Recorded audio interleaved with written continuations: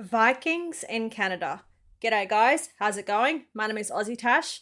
This particular topic has always been suggested to me. People have always been asking me to learn about the Vikings and where and when they landed in Canada. So I've come across this really cool video. Really looking forward to getting to this one and learning about the Vikings and where and when they landed in Canada. Let's go. National Historic Site. The I'm not year sure what that is 998. Off in the distance, a large ship comes into sight. The first thing you notice, a large sail with red and white stripes. As they appear on the horizon, they gaze over the surrounding terrain. They are the Vikings. Who were the Vikings? The term Viking comes from the Old Norse language referring to raider or pirate. It was those from Scandinavia who chose to obtain their wealth by force who were considered Vikings. Okay. It's here at the very northern tip of Newfoundland that you can find the only remains of Viking habitation in North America. Really? 962 years later, in 1960, archaeologists Hels Ingstad and Anne Stein Ingstad made their way to modern-day Lanso Meadows. Following clues in ancient Icelandic sagas, they traced the steps of Leif Erikson, the first ever European to step foot on North America. Son of Eric the Red, Leif was a skilled leader and explorer. The bounty of timber which existed in Newfoundland, or Vinland as Leif Erikson called it, Vinland. was a coveted commodity for the growing Viking community in Greenland. After settling Greenland from Norway, these Norse explorers had to collect resources like wood from other areas of the globe, as Greenland offered little as far as trees, especially those large enough to craft homes and boats.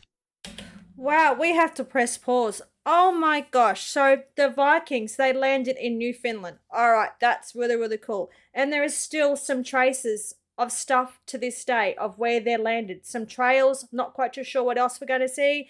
Maybe some structures that they built, boats, ships, not quite too sure. This is really, really exciting. Exciting stuff. The weather was more favorable back then. The effects of a previous global warming saw temperatures rise a few degrees warmer than they are today. A previous which produced global warming. less ice around Greenland and a much safer spring in the northern climates to make the journey by boat. Helge and Anne consulted with the locals, searching for any clues about the established presence of Vikings in the New World. They were pointed here, to a spot where many thought the depressions in the ground came from the homes of the indigenous community. Okay. Surveying of the land began, and as they dug, more and more came to light. Much to everyone's surprise, they were about to stumble upon a major discovery, one that shows that Christopher Columbus was not the first to cross the Atlantic. Ooh. Because of the finds here, Lanso Meadows became the very first cultural UNESCO World Heritage Site and the first UNESCO site in Canada. During our visit, we had the chance to meet up with Dale, a wonderful, informative park guide. It's with her that we learned about the background surrounding this one-of-a-kind national site. Wow, this is really, really cool. And this was Canada's first World UNESCO Heritage Site. I believe you have like 22 or something like that. This is your first one. This is really cool. And the Vikings, they landed first. They landed before Christopher Columbus, and they dug and dug and dug, and they found the evidence to prove this. This is really, really cool, interesting stuff. What did they find? I'm excited. As we progressed through our tour, we were amazed that even today, the homes are simply depressions in the ground, with small mounds of earth outlining the original structure. There is a surprise, however. Parks Canada has painstakingly reconstructed the entire Leif Erikson camp. As a year-round residence, this location had buildings suited for its purpose, gathering timber, repairing boats, and gathering resources for the long journey back and forth between here and Greenland. That's Despite cool. the rocky and mostly inhabitable volcanic island of Greenland, many places along the coast provided enough grassland and forest for the Viking way of life. The Vikings shifted from Norway in the year 870 and remained in contact with their homeland, as it only took about 8 days to make the journey. It was the seafaring experience that allowed them to become such great naval explorers, and how they became the first to come from Europe. Despite its climate, the first 130 years saw the Greenland population of Vikings explode to almost 40,000. Hold on, so people live here all year round? The Viking way of life? That's incredible. That's what I'm getting from this. Do they have electricity? I'm sure they do. I'm sure they've got, emergency stuff set up. But wow, this is really, really cool stuff. Oh my gosh, I'm loving this. Who's been here? In the comments, let me know. Do you visit it? Is it like a tourist attraction? In the comments, let me know. Back in Newfoundland, we see forges and blacksmiths. They work tirelessly to turn iron into nails to primarily repair ships and occasionally help build homes, a tradition that was brand new to this part of the world. It was these blacksmiths that performed the first known acts of iron smelting in the New World. Other trades, such as carpentry, were found here to help prepare wood for transport or to repair boats. For the Vikings, the indigenous people of Newfoundland were a sight to behold. According to the sagas, they said, "And early one morning they saw many skin boats. The strangers rowed towards them and stared at them in amazement. The men were dark in complexion, grim-looking, with unruly hair on their heads. Their eyes were big and their faces broad. They remained there for a while and stared in astonishment. Then they rowed off south around the point." Okay. Can you imagine living your whole life not seeing another person from a different race? Yeah. Imagine things from the other side, riding up in your birch bark canoe and seeing this massive ship ruling the seas. I don't think either knew what to expect or do.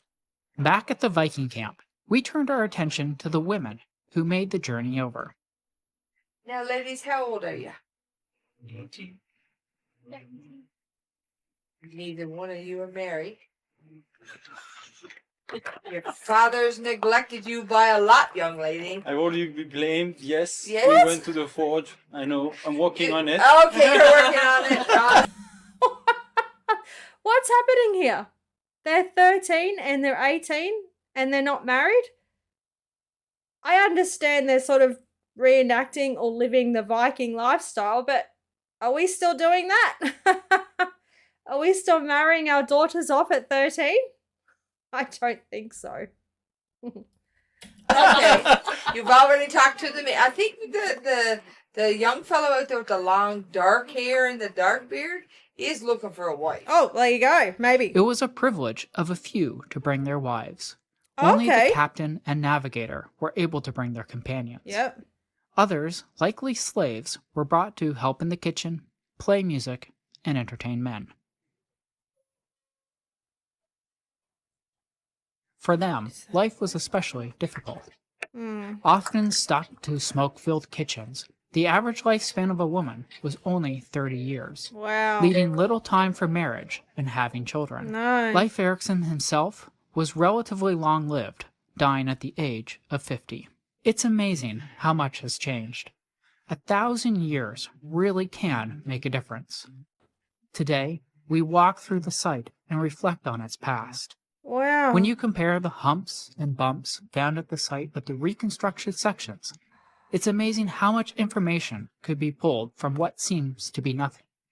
Okay, so all the humps and the bumps, they were the old houses of the Vikings. And it looks like they've left like little tombs and stuff and engraved notes, maybe from the historic references, the historic evidence that they found, saying that these were the old Viking houses. These are what's left of the bumps in the grass from the old Viking houses. This is really cool, guys. Like I said, has anyone ever been here? Is this like a sort of tourist attraction? Man, what stories? These stories we're hearing. This is really, really cool stuff. Guys, if you'd like me to learn more about this in the comments, let me know. Parks Canada does an amazing job connecting the past with our present. Yeah. During your visit, you can dress in traditional attire and tap into your inner Viking, or test your mind in the newly created escape room. Should you attempt this task, be prepared for quite the challenge.